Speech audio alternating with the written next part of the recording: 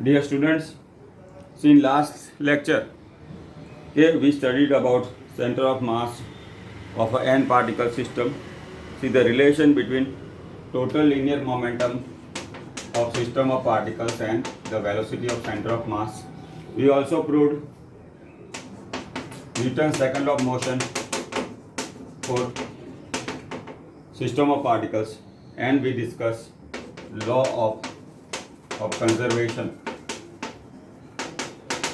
of linear momentum for system of particles. Okay, so these are the things we studied briefly in the last lecture. Now see the total linear momentum for of a system of particles in absence of the force remains constant. So if no external force acts on the system, again we can say, see F external is m into ACM, okay, that is dP by dt. Okay, now if external force is 0, dP by dt. Okay, now see ACM is 0, that has two possibilities. Acceleration is 0 means it is at the rest. Now acceleration is dVCM by dt, then VCM is constant. Okay, there is a velocity of center of mass remain constant. Now this fact we try to understand by taking a nuclear phenomena. Okay, now later on we will study about the radioactivity also. Okay, you had some idea in the regarding the radioactivity in the earlier standard also. See alpha particle, beta particle and gamma radiation.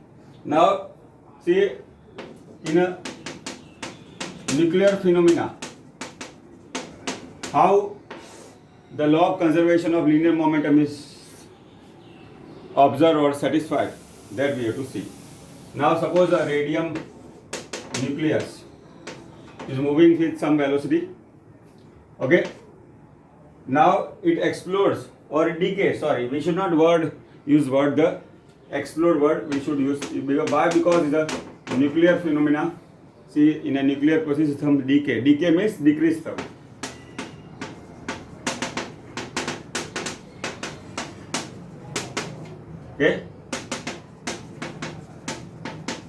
Okay, in biology those you come across word decay, but here it is in a different way.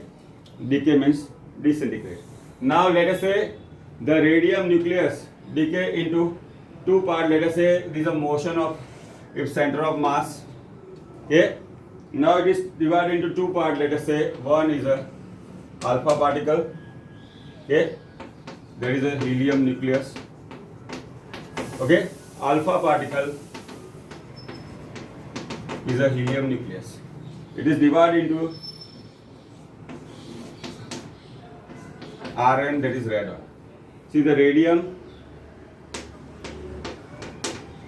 decays into helium, alpha particle and radon.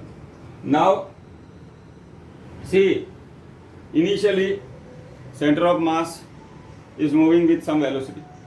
Okay, now after disintegration, okay,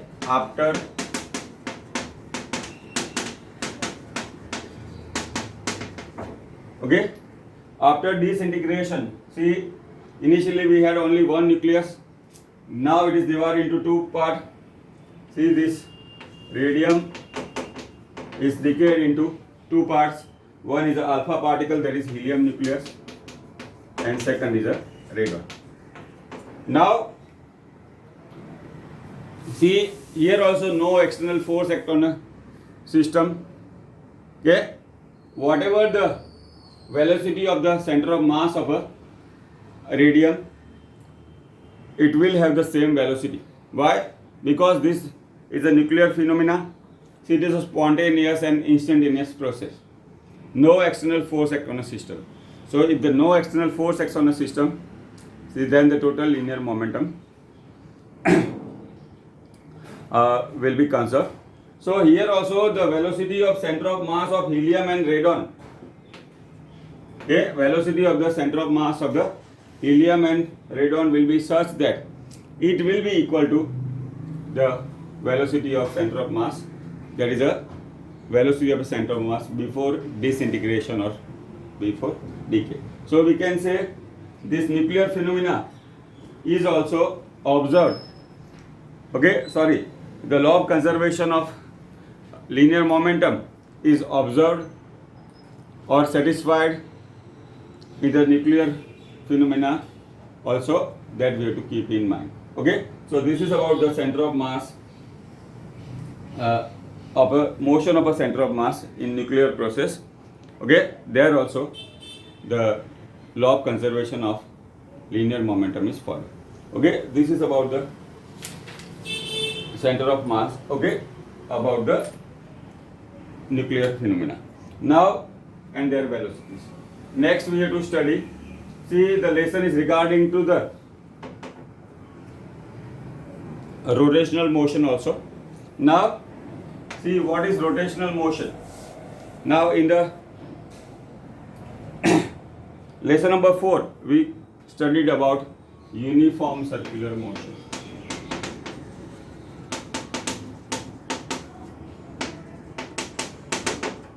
Okay, now this rotational motion is, we can say, some modified form or a special type of uniform circular motion. Now see, in the last lesson we studied about rigid body. Okay, see, rigid body is a special system of particles in which the distance between the particles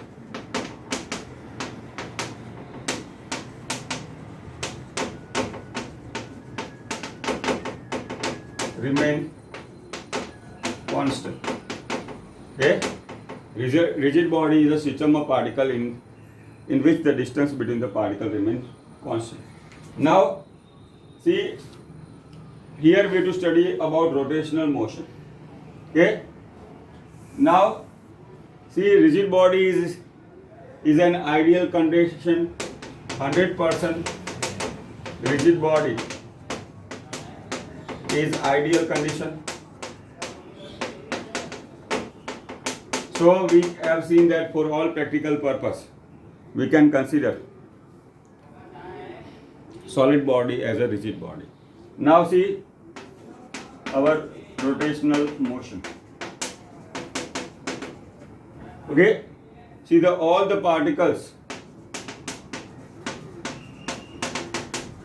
of rigid body move on circular path,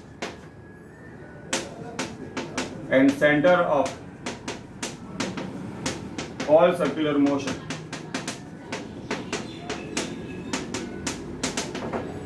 lies about a fixed line. Okay, that we call as a rotational axis. Okay, that we call as a rotational axis. Okay, if all the particles of a rigid body moves on a circular path and center of all circular motion lies about a fixed line, then such motion is called rotational motion. Okay, see, all the particles of a rigid body moves on a circular path and center of all circular motion lies about a fixed line, then such motion is called rotational motion. See, this fixed line about which the particles move is called axis of rotation or rotational axis. Okay, see, all the particles of a rigid body moves on a circular path and center of all this circular motion lies about a fixed line, then such motion is called rotational motion. See, the fixed line is called axis of rotational or rotational axis. Now let us try to visualize such thing. See, a rigid body is an ideal condition. We can have body of any shape. But see the definition says, now this is the first particle of a rigid body, center of this particle. We can divide, we can cut in a different planes. Then we get another particle and center of this, which is moving on a circular path, and center of this part, motion of such particle, we can another particle. We have taken only 3 particles, but we can visualize it is made up of number of particles. Okay, now see, this is a fixed line about which the particles moves on a circular path. This is a fixed line about which the particles moves on a circular path. See, this line we call as rotational axis. Okay, now the different particle have circular path, so the radius may be different. But see, the important thing, see the center of these all particles of which are moving on a circular path is lies on a fixed line. Now this line is called axis of rotation. This line is called axis of rotation. All of you are familiar with the spinning top or your Beyblade also.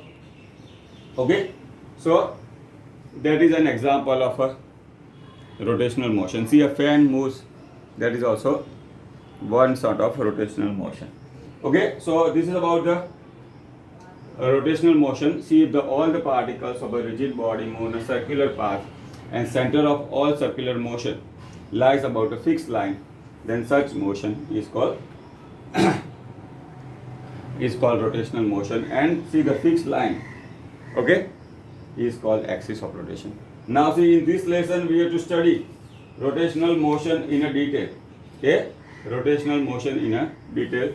Now see, we had physical quantities related to linear motion in the lesson number 3. Here we'll have a physical quantity which are related to rotational motion. So first try to compare this.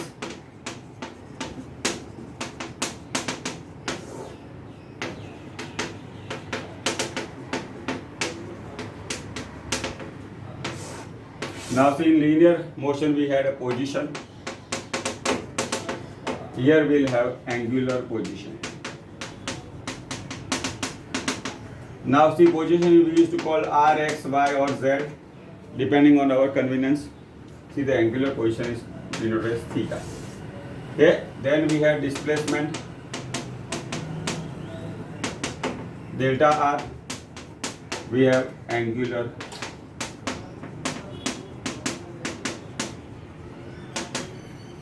delta theta. Then we have got speed in linear motion, angular speed omega. Now is the Greek symbol. Okay, we are familiar. Then velocity. Then we have got angular velocity. See, when angular speed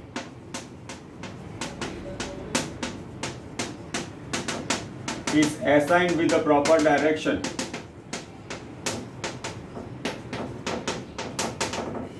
see, then it becomes angular velocity. Now we have linear acceleration.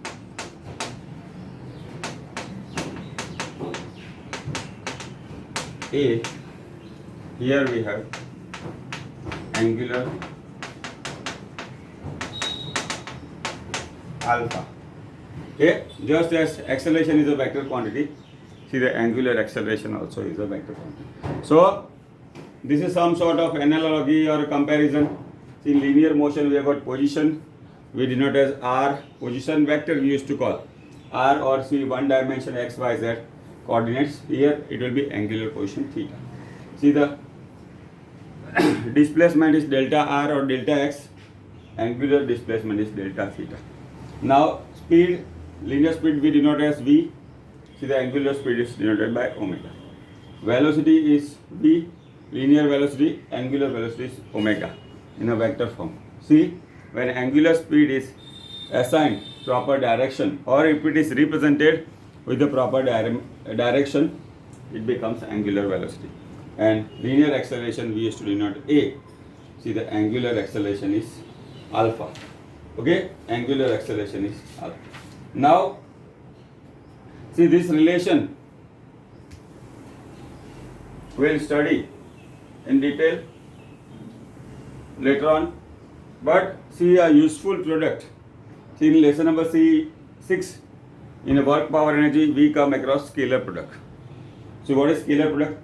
See, when two quantities are multiplied in such a way that resultant is a scalar quantity. So you used to write W is equal to F dot D. See, force is vector, displacement is vector, but work is a scalar product. Okay, work is a scalar. Work is F dot D. Okay, now or we called as AB cos theta. Okay, work we used to call F dot D or FD cos theta. Okay, so that was a scalar product. Here in this lesson, see, we have to be familiar with the vector product.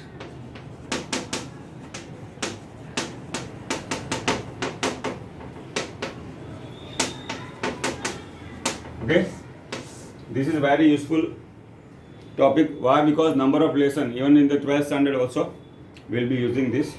So now first, see what is a vector product. See, sometimes it is called cross product also. Okay, or sometimes they call as a box product. Olden book it was like this. Okay, but right now we call it a cross product or a vector product. See, when two quantities are multiplied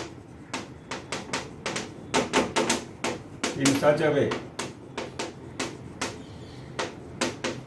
that resultant is a vector quantity,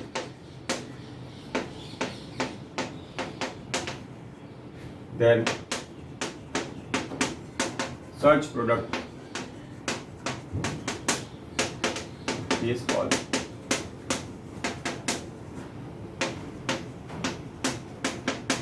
okay. Now see, two quantities are multiplied in such a way that the resultant is a vector quantity, then such product is called vector product. Now see, let us say A and B are our given vectors.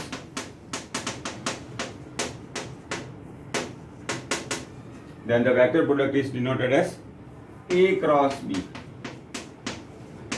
See, the vector product is denoted as A cross B. Now here we have to see vector product in detail. Now here the resultant is a vector quantity, so it will be in vector form. It will have direction also. Now let us say, see vector A and vector B. Now this is our reference point. Symbol, let us say angle between them is theta. So the resultant of this A cross B is denoted as A B sin theta into n caret. Why? Because the resultant is a vector quantity, so it will have direction, and this n caret is a unit vector in direction of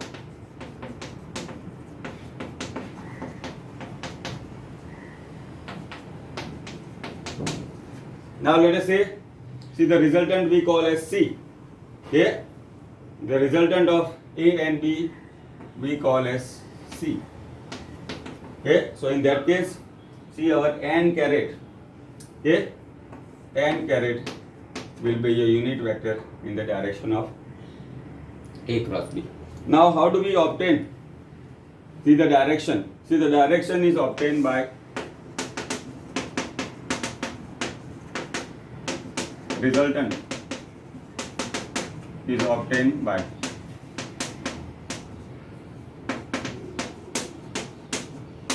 right hand screw.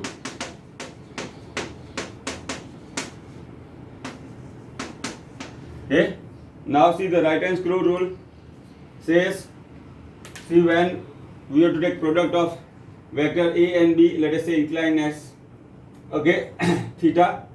See, when we have to obtain the direction, see, we move direction vector A in direction of B. Now let us say vector B is like this, vector A is rotated.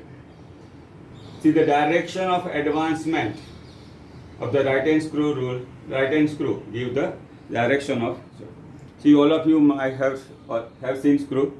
If now you should see all of our engineers to be familiar with this. Why? Because, okay, these all are theoretical parts.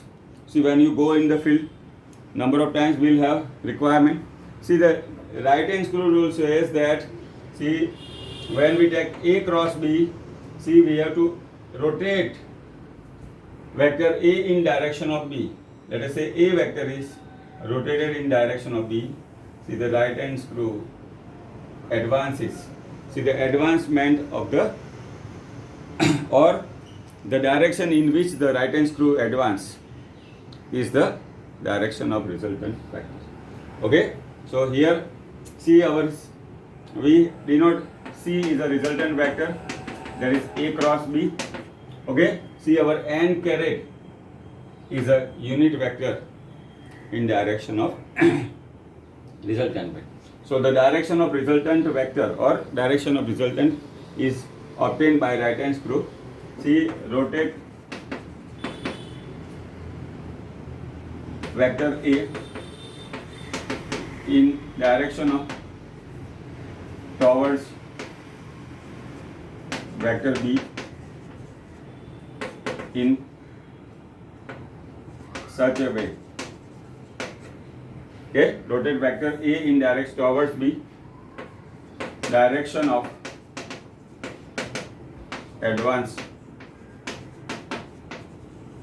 of right hand screw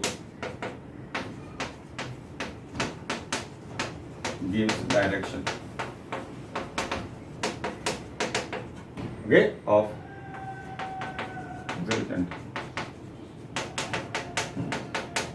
Okay, see, the direction in which the right hand screw advance gives the direction of the resultant vector. Okay, now see, this is about the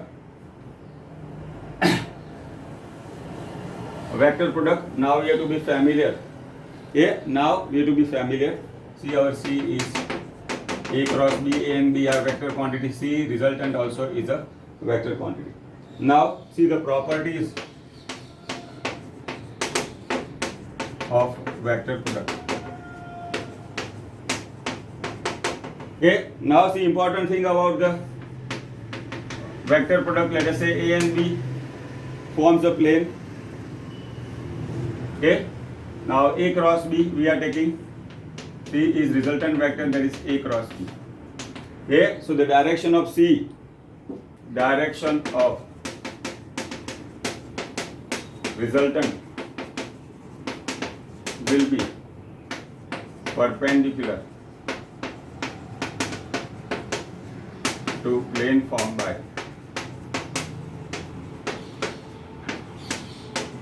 vector A and B. Now see the plane formed by vector A and B.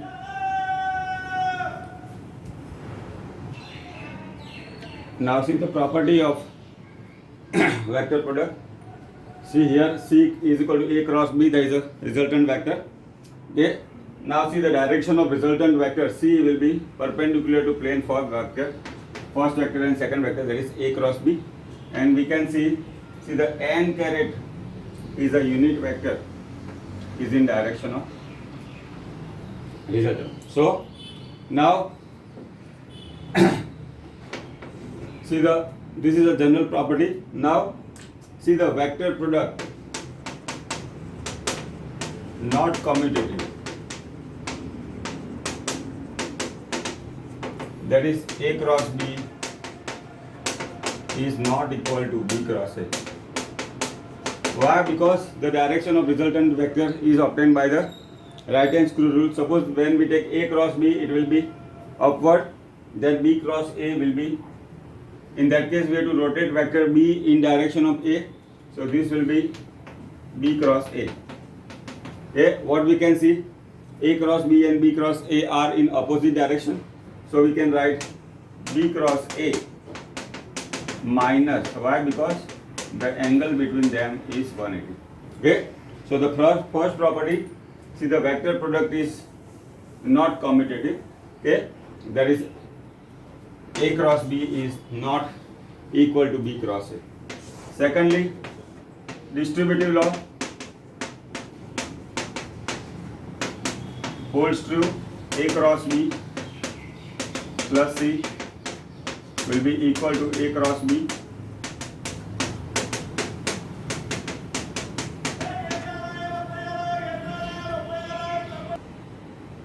now. See the vector product is not commutative, and see the distributive law holds true for the vector product, that is A dot B, A cross B plus C is A cross B plus A cross C. Now see next, see the vector product with a null vector will be 0. Why? 0 is nothing but null vector. See vector product of any vector with a null vector will be 0. Now this is third property. Now next we have to see about the vector product of the unit vector.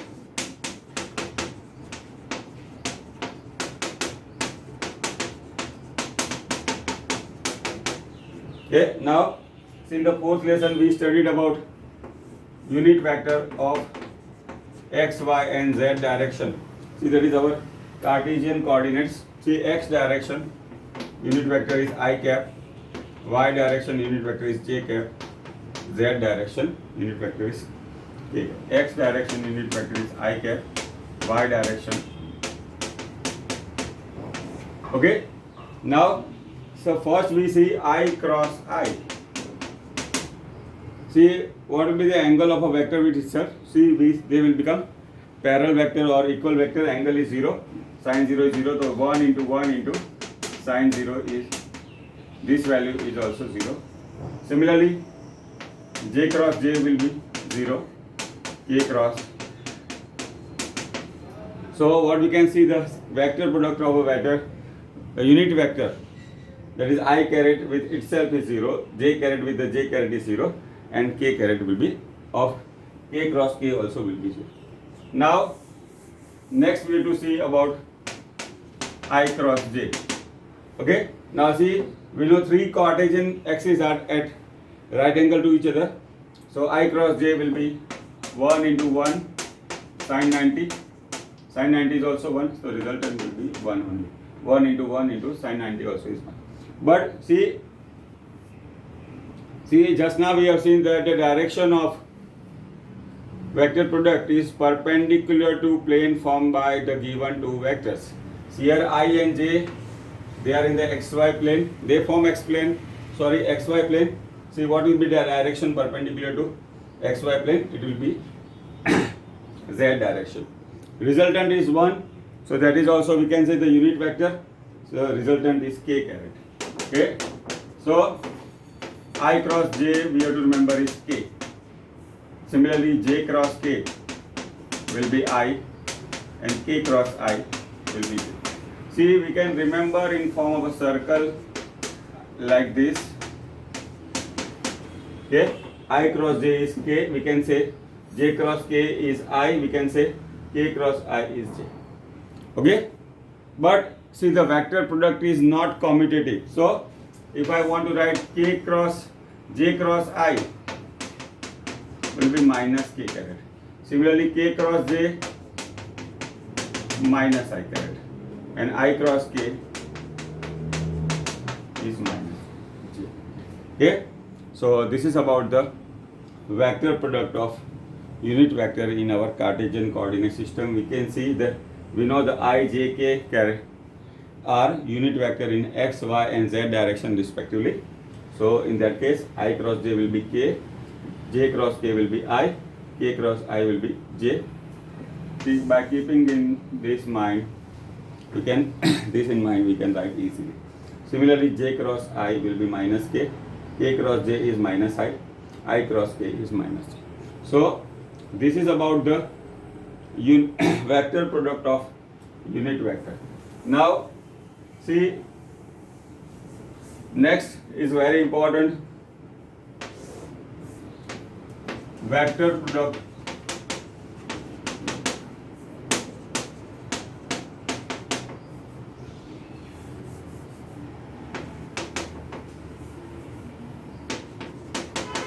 vector with Cartesian components. Okay, now let us say our vector A is axi plus ayj plus azk caret. B is bxi byj. So what we can see, ax, ay, az are Cartesian component of vector A. Bx, by, bz are the Cartesian component of vector B. Now see, A cross B we can find out by distributive law, that is ax I plus ayj cross bxi. Okay, now see, we will take the help of distributive law, that we can write A cross B. First ax I caret cross total vector B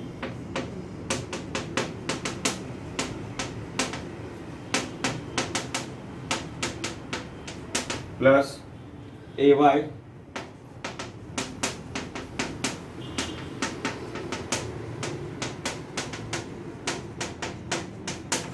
plus, see the third component, azk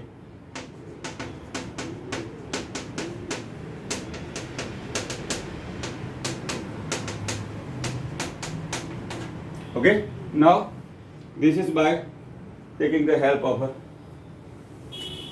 distributive law. Now see, we have to remember these properties in mind. I cross I is 0, j cross j is 0, k cross k is 0, I cross j is k, j cross k is I, k cross I is j, and reverse also,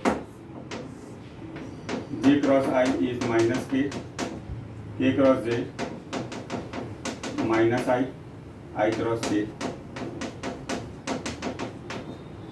Okay, see, these are the basic things we have to keep in mind. Now see, our I cross I is 0. Okay, see, I cross j will be k caret. Okay, and I cross k, see, I cross k is minus 0. Okay, this is the first part. Again, I cross I will be 0, I cross j is k, and I cross k is minus 0. So that is the expansion of this. Now see, j cross I here. Okay, j cross I is minus 0. Now j cross j is 0, j cross k is I caret.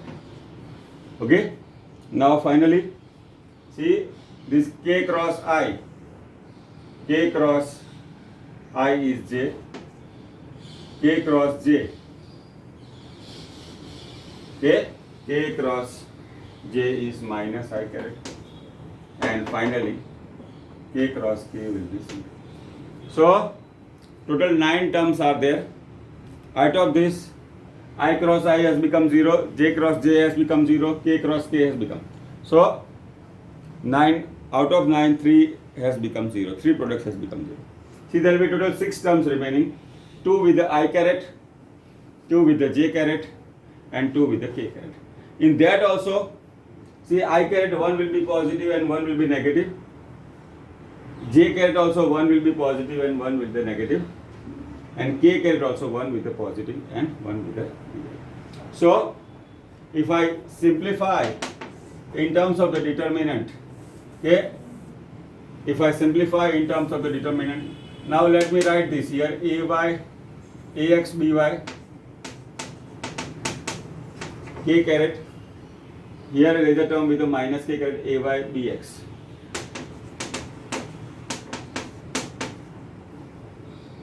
Okay, ax by k caret we can write. Now ax bz minus ax bz plus okay az bx. Okay, and I caret ay bz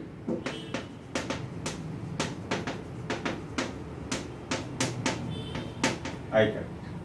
See, if I write in terms of determinant I, j and k, ax, ay, az, bx, by, bz. Now let us see what is the component of I caret ay bz minus az by. Okay, that we are having. Similarly, j caret ax bz minus az bx. Okay, okay. But if I take a minus sign here, okay, and k caret is ax by minus by j caret. So in terms of the I caret, j caret and j caret, I can write ax, I caret is ay bz, az by. Minus sign I am writing so as to facilitate it right well. So minus sign will be ax bz minus az bx plus k caret, okay, is ax by minus ay bx.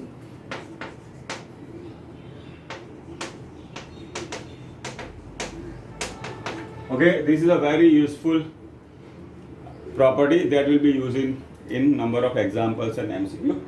So this is about the vector product, okay, of vector with the Cartesian components. See here ax, ay, az are Cartesian component of vector A, bx, by, bz are the Cartesian component of vector B. This is how we have obtained the vector product of two vectors. So, and these are the important properties of vector product. See, A cross B is AB sin theta. See, what are the properties we have discussed? See, the vector product is not commutative. Okay, vector product is not commutative. See, the distributive law holds true for the vector product. Okay, and the vector product of unit vector also we have seen, that is I cross I is 0, J cross J is 0, K cross K is 0. I cross J we have taken will be K, J cross K will be I, K cross I will be J, and opposite of that, J cross I will be minus K, K cross J will be minus I cross K will be minus J. And by using these important properties, we have obtained the vector product. Okay, so this is about the vector product, which is very important in the subsequent lessons also. Okay, now today we'll stop here. Next time we'll proceed further. Thank you.